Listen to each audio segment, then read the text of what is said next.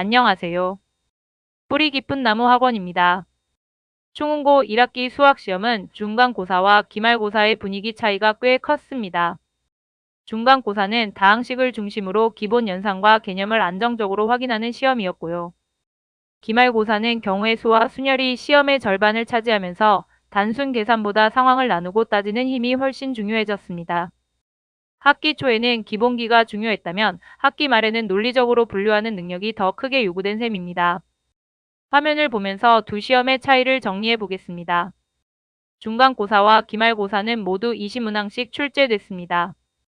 중간고사는 다항식 연산과 방정식, 함수의 기본 개념을 정확하게 적용하는 것이 중요했습니다. 반면 기말고사는 경우의 수와 순열에서 여러 조건을 나누고 가능한 경우를 빠짐없이 정리하는 문제가 중심이 됐습니다. 그래서 충운고 시험은 1학기 동안 계산 중심에서 사고력 중심으로 무게 중심이 이동한 시험이라고 볼 수 있습니다. 중간고사에서는 다항식이 8문항으로 전체의 40%를 차지했습니다.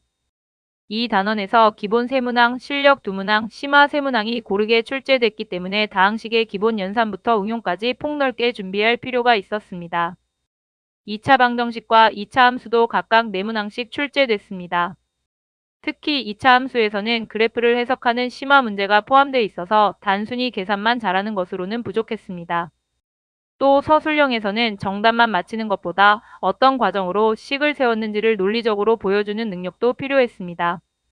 중간고사는 전체적으로 안정적인 구조였지만 심화 문제와 서술형에서 기본 개념을 얼마나 정확하게 확장할 수 있는지가 차이를 만들었을 가능성이 높습니다. 기말고사는 경우의 수와 순열이 10문항으로 시험의 절반을 차지했습니다. 문항 수만 많은 것이 아니라 기본부터 심화까지 모두 포함되어 있어서 이 단원의 준비 정도가 시험 전체에 큰 영향을 줄 가능성이 큽니다. 특히 실력 4문항과 심화 3문항이 포함돼 단순히 공식을 적용하는 수준을 넘어 상황을 직접 분류하고 나열하는 힘이 필요했습니다. 여러 가지 방정식에서도 5문항이 출제됐고 그중 2문항이 심화였습니다. 조합은 1문항뿐이었지만 심화로 출제됐고요. 중간고사가 식을 정확하게 계산하는 시험이었다면 기말고사는 어떤 기준으로 경우를 나눌지 정하고 그 기준을 끝까지 유지하는 시험에 가까웠습니다. 그래서 기말고사에서 체감 난이도가 크게 올라갔을 가능성이 높습니다. 다음 시험을 준비할 때는 기말고사에서 드러난 약점을 기준으로 공부 방향을 잡는 것이 좋습니다.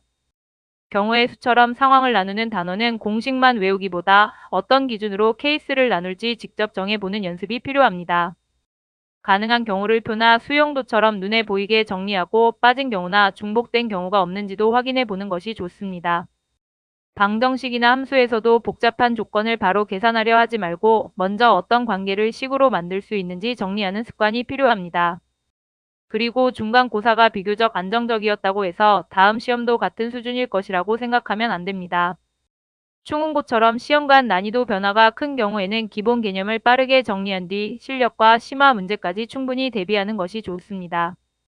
이번 1학기 시험 치르느라 고생 많으셨습니다.